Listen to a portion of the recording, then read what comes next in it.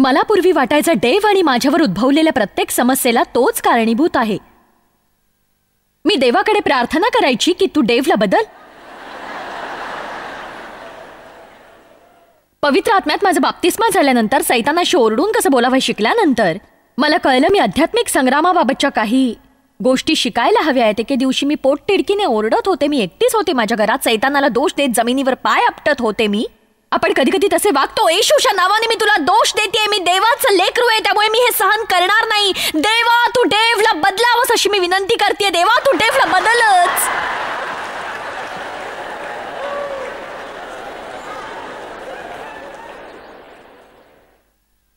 मी सत्य सांगतेय, पूर्वी मी खूप अनभिज्ञ होते. मला यत्किंचितही मागमूस नव्हता की मीच समस्या होते. मला माहीतच नव्हतं. आपण खूपदा फसवणूक करत असतो स्वतःचीच. एखादा पुरुष किंवा स्त्री व्यभिचारी संबंधात असूनही चर्चला जातात, भोजनोत्सव स्वीकारत राहतात. एखादा प्रचारक व्यभिचारी अनैतिक संबंधात असतानाही पुलपीठावर उभं राहून वर्षानुवर्ष शिकवण देत राहतो, कारण लोकांची फसवणूक होते. आपण मनाच्या वेडेपणाने असा निष्कर्ष काढतो की बहुतांश लोकांसाठी ते चुकीचं असेल, पण माझ्या दृष्टीने ते ठीक आहे.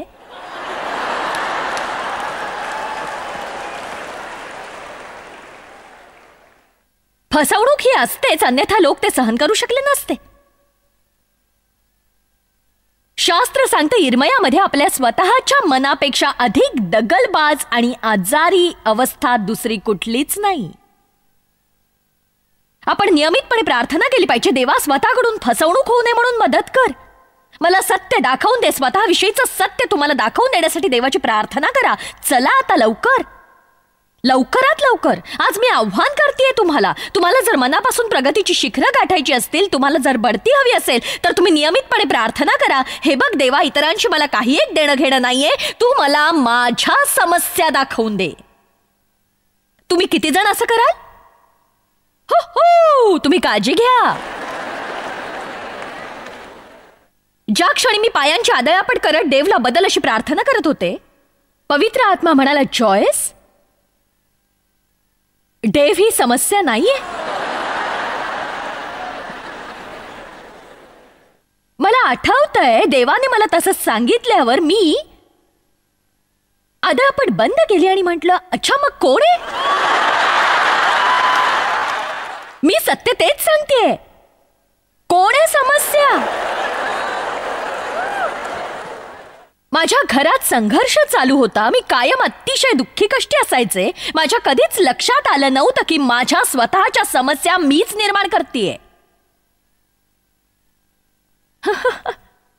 मी जाणते की ज्या माणसांना देव माझ्याकडे पाठवायचा त्यातले बरेच जण मी पूर्वी जसे होते तसेच होते. आणि निम्मी माणसं देवसारखी असायची. निम्मे जण विचार करताय देवच्या सहवासात कसं जगायचं, तर इतर निम्मे जण जॉयसच्या समवेत. माणसं भेटून सांगतात, अहो मी ना देवसारखा आहे आणि तुमच्यासारख्या एखाद्या व्यक्ती समवेत कसं जगावं हे मी शिकू पाहतोय. आणि मग माणसं देवला सांगायची, माझी बायको जॉयस सारखीच आहे, कसं जगायचं तिच्या बरोबर? देव नेहमीच दोन भिन्न प्रवृत्तीच्या माणसांना एकत्र जोडतो आणि मग आपल्याला सांगतो, घ्या आता जुळवून. दोघांचं मिळून एक शरीर झालं पाहिजे, आनंदाने जीवन घालवलं पाहिजे. हा जो घडण्याचा भाग असतो तीच समस्या असते. त्यासाठी 35 वर्ष तरी जावी लागतात. हालेलुया. देवला आणि मला एकत्रितरित्या घर सजवताना पाहणं म्हणजे तर मज्जाच असते. बाप रे.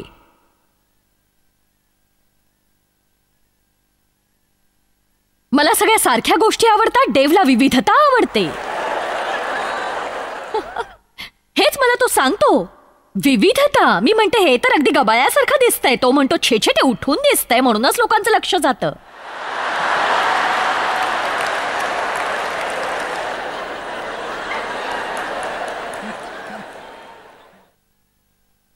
हालेलुया.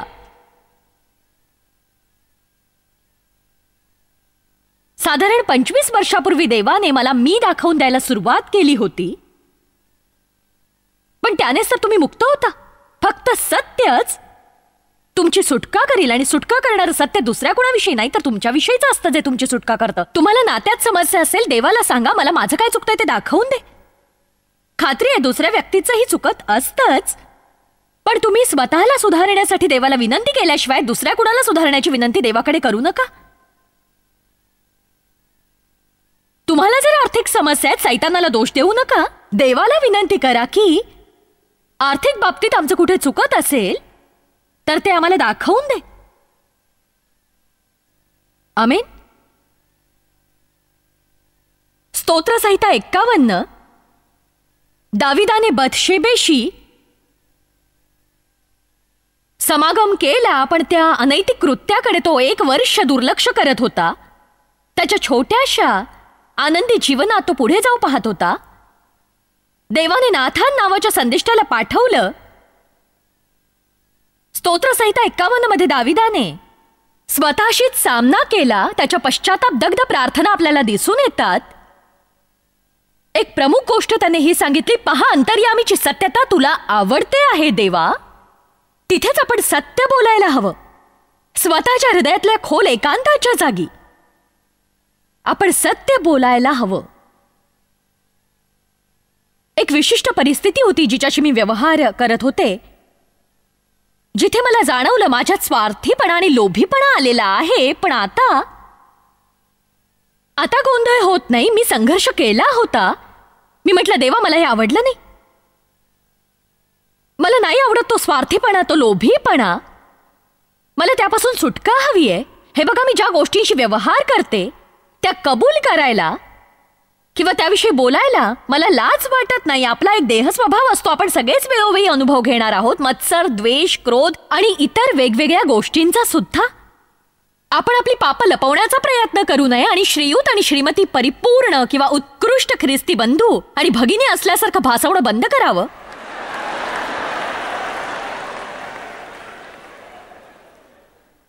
शास्त्र सांगतं जे तुम्हाला बऱ्याचदा दिसून येत नाही. याकोब 5:16 तेव्हा तुम्ही निरोगी व्हावे म्हणून आपली पातके एकमेकांजवळ कबूल करून एकमेकांसाठी प्रार्थना करा. मला नवल वाटतं की आपल्याला इतकं कठीण का जातं असं सांगणं की मला अमुक एका बाबतीत समस्या आहे, माझ्यासाठी प्रार्थना करा. मी खूप संघर्ष करतोय अमुक एका बाबतीत किंवा तमुक बाबतीत. ते देवाकडे कबूल करणं आपल्याला जड जात असतं खरंच. माझ्या मते इथे माणसं आहेत ज्यांनी देवाकडे काही प्रामाणिक प्रार्थना केली पाहिजे. केवळ धार्मिक प्रार्थना नाही. धार्मिक प्रार्थना आणि मनपूर्वक प्रार्थना यात एक फरक असतो, जिथे तुम्ही अगदी मुद्द्याला हात घालता आणि परिस्थिती कशी आहे याविषयी मनापासून देवाशी बोलता. कदाचित काहींना असं म्हणण्यास मदत होईल, देवा मी दुःखी आहे, मी का दुःखी आहे ते मला जाणायचंय. माझ्या दुःखाचं मूळ कारण मला जाणून घ्यायचंय. मी इथे 25 वर्षापासून दुःखी आहे आणि मी त्याचा दोष याला त्याला अमुक तमुकला देत बसलेलो आहे. तेव्हा ती कदाचित अशी गोष्ट असेल जी मला दिसत नसेल. त्या स्त्रीसारखे होऊ नका जी धर्मोपदेशकांना भेटून म्हणाली पुढच्या आठवड्यात माझं 7वं लग्न आहे, तेव्हा तुम्ही माझ्यासाठी प्रार्थना करा. हा माणूस तरी असा असेल जो योग्य वागवेल मला. त्यांचा अगदी नाईलाज झाला. ते म्हणाले, मॅडम तुमच्या लक्षात आलंय का की या सगळ्या नातेसंबंधांमध्ये एकच सामायिक बाब आहे आणि ती तुम्ही आहात.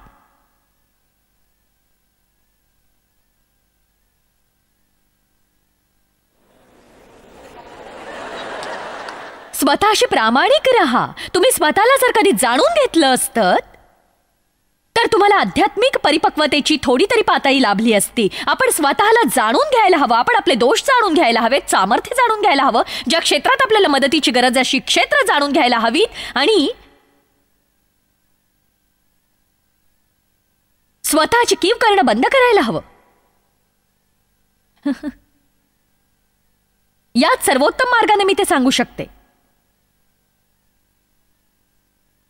सत्याला सामोरं जाण्याबाबत प्रार्थना करा. तुम्ही स्वानुकंपेपासून सुटका मिळवण्यासाठी आपण सगळ्यांनीच प्रार्थना केली पाहिजे. स्वानुकंपा म्हणजे व्यक्तिपूजा. तुम्ही म्हणाल ती व्यक्तिपूजा कशी काय? कारण आपण जेव्हा स्वतःची कीव करतो तेव्हा आपण अंतर्यामी बदलतो, स्वतःवर अतिशय प्रेम करतो आणि आपल्या जीवनातल्या प्रत्येक गोष्टीत मीपणा डोकवतो.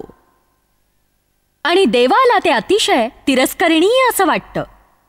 त्याला हवं असतं आपण दयेने करुणेने परिपूर्ण असावं, पण आपल्या स्वतःसाठी नाही, तर ती दया आणि करुणा आपल्यातून बाहेर पडून इतरांकडे जायला हवी, जी दुःखी आहेत. म्हणजेच आपण जेव्हा ती ईश्वरी देणगी घेतो जी देवाने आपल्याला इतरांची सेवा करण्यासाठी दिली आणि ती अंतर्यामी स्वतःसाठी बदलतो. हो वैभव, आपण ईश्वरी देणग्यांचा गैरवापर करतो. प्रभूपाशी दया आहे. कितीतरी वेळा सैतानाने मला कारुण्याच्या मेजवानीला आमंत्रित केलं आणि मीही गेले. स्वतःची कीव करत निव्वळ बसून राहण्यात आपण आपल्या जीवनातले कित्येक दिवस वाया घालवलेत. कारण कुणीतरी आपल्याला योग्य रीतीने वागवलं नाही, किंवा आपल्याला त्यांनी जे द्यायला हवं ते दिलं नाही, किंवा आपल्यासाठी त्यांनी जे करायला हवं ते त्यांनी केलं नाही. आणि दरम्यान आपलं स्वतःचं सेवा कार्य पूर्णपणे बंद होतं, कारण आपण स्वतःची कीव करतो. आपण त्यांच्यापेक्षा चांगलं वागतच नाही. आपण कुणासाठी काही करत नाही.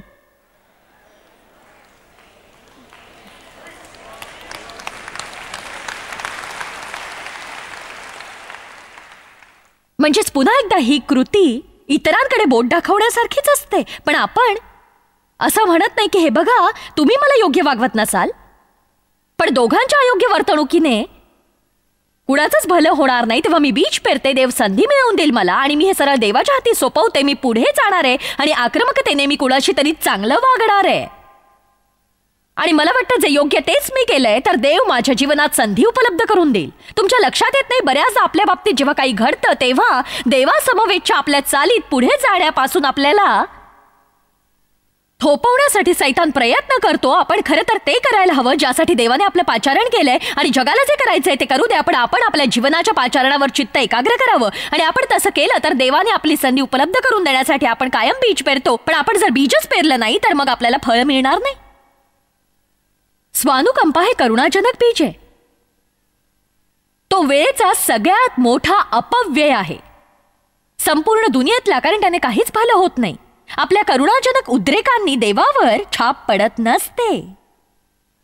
योहानामधल्या त्या माणसाविषयी मी तुम्हाला सांगितलं होतं, जो बेथेस्दाच्या तळ्याकाठी 38 वर्ष पडून होता की कुणीतरी येईल आणि त्याला तळ्यात टाकील याची वाट बघत होता. येशूने विचारलं, या अवस्थेत किती काळापासूनच तुला बरं व्हायची इच्छा आहे का? तुम्ही विस्तारित वाचा. तो म्हणाला, महाराज, मला तळ्यात सोडावयास माझा कोणीही माणूस नाही. मी जातो न जातो तोच दुसरा कुणीतरी माझ्या आधी उतरतो. आजवर एवढं करुणाजनक वक्तव्य मी ऐकलं नव्हतं. मी अगदी एकटा आहे, माझं कोणी नाही, नेहमी दुसराच कोणीतरी माझ्या आधी उतरतो. प्रत्येक बाबतीत माझा असाच शेवट होतो.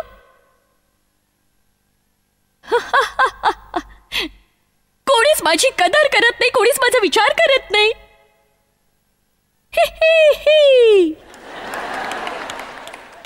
एक सांगू, येशू त्या माणसाबरोबर रडत बसला नव्हता. त्याच्या डोक्यावर थोपटून त्याला म्हणाला नव्हता, अरे रे गरीब बिचारा, ही 38 वर्ष तू कशी भोगतोयस मी जाणतो. तो काय म्हणाला सांगू, उठ.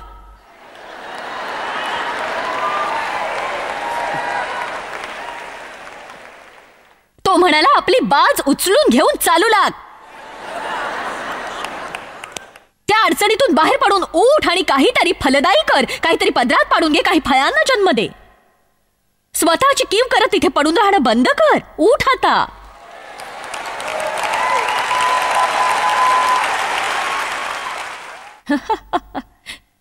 आपल्याला गरज असते अशा प्रकारच्या शिकवणींची. तुम्हाला ते ऐकायची नसेल, मी स्वतःला सांगेन, कारण मला गरज आहे त्याची. स्वानुकंपा म्हणजेच व्यक्तिपूजा. तुम्ही एकतर करुणाजनक व्हाल किंवा सामर्थ्यवान, एकाच वेळी दोन्ही नाही. तुम्हीच निवड करा. उघडा फिलिप्पिकरांस अध्याय 4 वचन 5. फिलिप्पिकरांस अध्याय 4 वचन 5.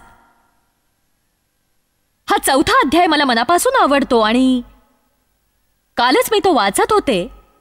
योगायोगाने माझं लक्ष गेलं 5व्या वचनाकडे. ते सांगतं, तुमची सहनशीलता सर्वांना कळून येऊ, सर्व माणसांना कळून येऊ, आकलन हो तुमचा निस्वार्थीपणा आणि तुमचा कनवाळूपणा आणि तुमचा संयमी आत्मा, कारण प्रभू समीप आहे, तो लवकरच येतोय. हे रंजक आहे असं मला वाटलं. तो सांगतोय, ठीक आहे, वेळ फार कमी आहे, येशू लवकरच येतोय. याच गोष्टीवर लक्ष एकाग्र करा की स्वार्थी होऊ नका. इतर माणसांबाबत अतिशय कनवाळू व्हा, अतिशय सहनशील व्हा. अशी धारणा बाळगू नका जिला आपल्याच मनाप्रमाणे सगळं हवंय, अन्यथा तुम्ही निराशच व्हाल. आपण सगळ्यांनीच जर स्वार्थी न होण्याकडे चित्त एकाग्र केलं असतं तर काय झालं असतं सांगा मला. ही विचार करण्यासारखी गोष्ट आहे. धन्यता मिळवण्यापेक्षा धन्य होण्याचा आपण विचार केला असता. स्वानुकंपा, आत्मकेंद्रितपणा, स्वार्थीपणा, बुजरेपणा हे सगळे नातेवाईकच आहेत. माझं कसं होईल, माझं कसं होईल, माझं कसं होईल, माझं कसं होईल. मला नाही वाटत आपण भिडस्त असायला हवं. आपण खरं तर देवाची जाणीव असणारे असायला हवं. एक सांगू, आदम आणि ईव पापात पडण्यापूर्वी त्यांना जाणीव नव्हती, ते नग्न होते. त्यांचं स्वतःकडे थोडंही लक्ष नव्हतं. त्या निष्पाप अवस्थेत त्यांना स्वतःची दखल घ्यावीशी सुद्धा वाटत नव्हती, कारण देव त्यांची काळजी घेईल हे ते जाणून होते. त्यांच्यावर प्रेम केलं जातं, त्यांना सुरक्षित जाणवायचं. त्यांच्यात चांगले नातेसंबंध होते. शिवाय देवाची अत्यंत जाणीव असणारे असे ते होते. आणि आपण देवाची अधिक जाणीव असणारे व्हायला हवं, अधिक भिडस्त नाही. काय ग, मी कशी दिसतेय, सगळे माझा काय विचार करतायत. तू कसा आहेस, एक सांगू, तू माझ्याशी नीट बोलत नाहीयेस, तू माझ्यासाठी योग्य गोष्ट करत नाहीयेस, तू मला योग्य वागवत नाहीयेस. मी मी मी मी मी मी मी और चला आता तुम्ही नीट लक्ष द्या. एखादा दिवस स्वतःविषयी न बोलता निम्मा दिवस तरी तुम्ही घालवू शकाल. असा कोणता वधस्तंभ आहे जो आपण वाहून नेला पाहिजे. मार्क 8:34 आपल्याला स्पष्टपणे सांगतं, आपला वधस्तंभ उचलून घ्यावा आणि मला अनुसरत राहावे. जगाने म्हटलंय वधस्तंभ म्हणजे आजारपण, गरिबी. तुम्ही कल्पना करू शकाल असा प्रत्येक तऱ्हेचा विनाश, पण तो आध्यात्मिक नसावा. येशू म्हणाला, हा घे, हा तुझा वधस्तंभ. स्वतःला विसर. तुमच्या स्वतःच्या सर्व आवडीनिवडी स्वतः दिसेनासं होणं म्हणजे एक निस्वार्थी जीवन जगा. हाच तो वधस्तंभ जो आपण वाहून नेला पाहिजे. झोकून द्या तुमचं जीवन आणि दुसऱ्या कुणाला आनंदी करण्यासाठी तुमचं जीवन जगा, म्हणजे देव तुम्हाला आनंदाने बेहोश करील. आज मी आनंदी आहे आणि सफलही आहे. मी खूप आनंदी आहे आज. माझ्याकडे असलेलं सगळं काही मी देऊन टाकतेय. कित्येक वर्षाचं ज्ञान, माझं जीवन मी तुम्हाला उलगडून दाखवतेय, तुम्हाला शिकवण्याचा, तुम्हाला मदत करण्याचा प्रयत्न करते. आणि मी इथे उभी आहे, मी इतके आनंदात आहे, मला सहनही होत नाही. मला म्हणायचं माझ्यापाशी सुख आहे. मी अतिशय उत्साहित आहे, माझ्यापाशी सुख आहे. मी घरी जाईन तेव्हा थकलेली असेल, पण कमीत कमी तो थकवा चांगला असेल. तो असा थकवा असेल जो मला देवाची इच्छा पार पाडण्यापासून मिळालेला असेल.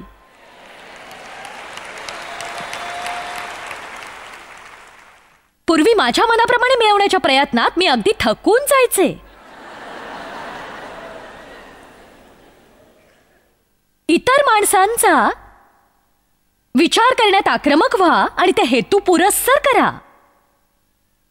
हा स्वार्थी आत्मकेंद्रीपणा, हे आजार जे आपण सगळे बाळगतो, याचं निराकरण आपण कसं करू शकू सांगा मला तुम्ही. सगळ्यात महान गोष्ट ज्यापासून आपली सुटका होऊ शकते ती म्हणजे आपण स्वतः. सगळ्यात मोठी सुटका, सगळ्यात मोठी संधी जी आपल्यापैकी कोणालाही प्राप्त होईल ती म्हणजे आपल्या स्वतःच्याच आयुष्याच्या सिंहासनावर आरूढ न होणं, कायम आपल्या मनाचे गुलाम न होणं. आपण स्वतःची जेवढी काळजी घेतो त्यापेक्षा इतरांची घ्यायला हवी. आणि त्याची सुरुवात आपल्या विचारसरणीतून होते. विचार करा, यावर शास्त्र सांगतं. स्वतःचा विचार करायला ते नाही सांगत. जे जे असेल चांगलं, योग्यतेचं, आदरणीय आणि समयोचित चांगल्या कीर्तीचं, शास्त्र आपल्याला विचार करायला शिकवतं. निश्चयी वृत्तीने विचार करायला की इतरांसाठी आपण एक आशीर्वाद कसे होऊ शकू. ते असंही सांगतं, सत्कृत्यांसाठी परस्परांना चेतवण्याचा प्रयत्न आपण करायला हवा. महत्वाची गोष्ट आहे ही. गलतीकरा 6:10 सांगतं, तर मग जसा आपणाला प्रसंग मिळेल त्याप्रमाणे आपण सर्वांचे व विशेषतः विश्वासाने एका घरचे झालेल्यांचे बरे करावे. पहिलं थेसलोनिकरास 5:15 सांगतं, कोणी कोणाचे वाईटाबद्दल वाईट करू नये म्हणून जपून राहा आणि सर्वदा एकमेकांचे व सर्वांचे चांगले करीत राहा. म्हणजेच एखाद्या नव्या प्रकारच्या जीवनाचा मी पाठलाग करावा. मी रोज उठून आशा बाळगणार नाही, मी स्वतःचा विचार करणार नाही, तर मी अशा एखाद्या चांगल्या गोष्टीने माझं मन भरून टाकणार ज्याने सैतानाचा शिरकावच होऊ शकणार नाही. आपण त्याला हुसकावून लावतो, मग आपल्याला त्या मोकळ्या जागाही भराव्या लागतात, त्यांना रिकामं ठेवत नाही आपण. मी जर अक्कल शून्य असेल तर एकच गोष्ट तिथे डोकावणार, माझं कसं होईल, माझं कसं होईल, माझं कसं होईल, माझं कसं होईल, माझं कसं होईल, माझं कसं होईल, माझं कसं होईल, बेप बेप, माझं कसं होईल, माझं कसं होईल, माझं कसं होईल. किती जणांकडे ते छोटेसे रोबोट्स तुमच्या ठाई राहत आहेत.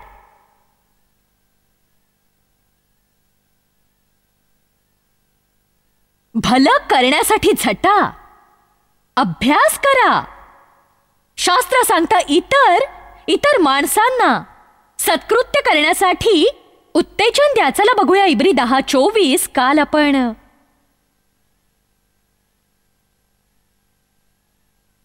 जेव्हा हे सुरू केलं होतं तेव्हाच मी सांगितलं या परिषदेवर मी काही एखादी जादूची कांडी फिरवून ओरडणार नाहीये की संधी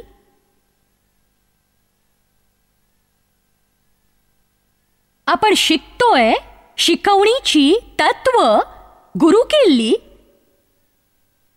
की तुम्हाला संधी कशी प्राप्त होईल. नीट लक्ष द्या. मला एक गुपित सांगायचं. हे एक आध्यात्मिक गुपित आहे. हे गुपित आहे.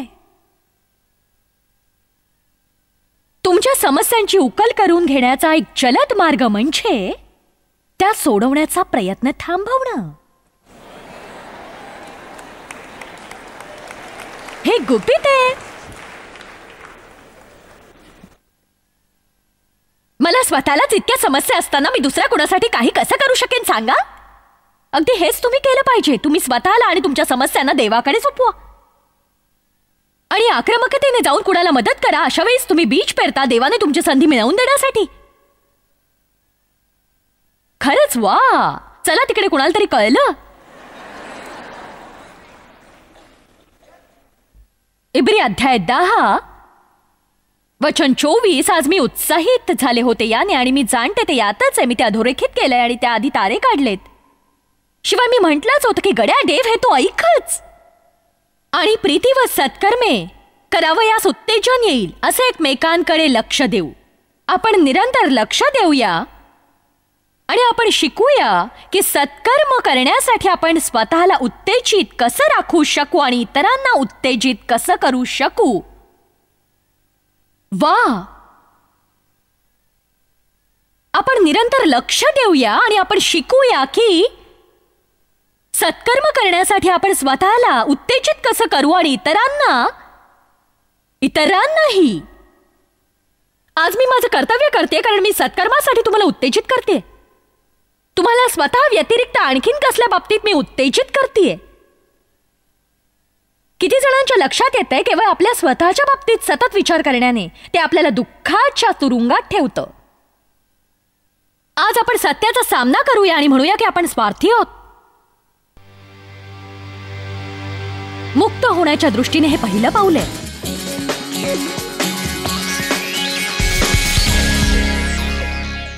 आजचा आपला विषय आहे संधीसाठी गुरु किल्ली कोणती. एक प्रमुख गोष्ट मला सांगायची आहे. कुठलाही उत्कर्षाचा मार्ग हा सहजासहजी प्राप्त होत नाही. तुमच्या समस्यांमधून, परिस्थितीतून, तुमच्या दुःखातून, हालअपेष्टातून बाहेर पडण्याचा एकमेव मार्ग म्हणजे अनुभवातून जाणं, समस्यांचा सामना करणं आणि प्रार्थना करणं. देव जे करायला सांगतो त्यात देवाशी आज्ञाधारक होणं म्हणजे एक एक करून तुमच्या जीवनातल्या गोष्टी या बदलतील.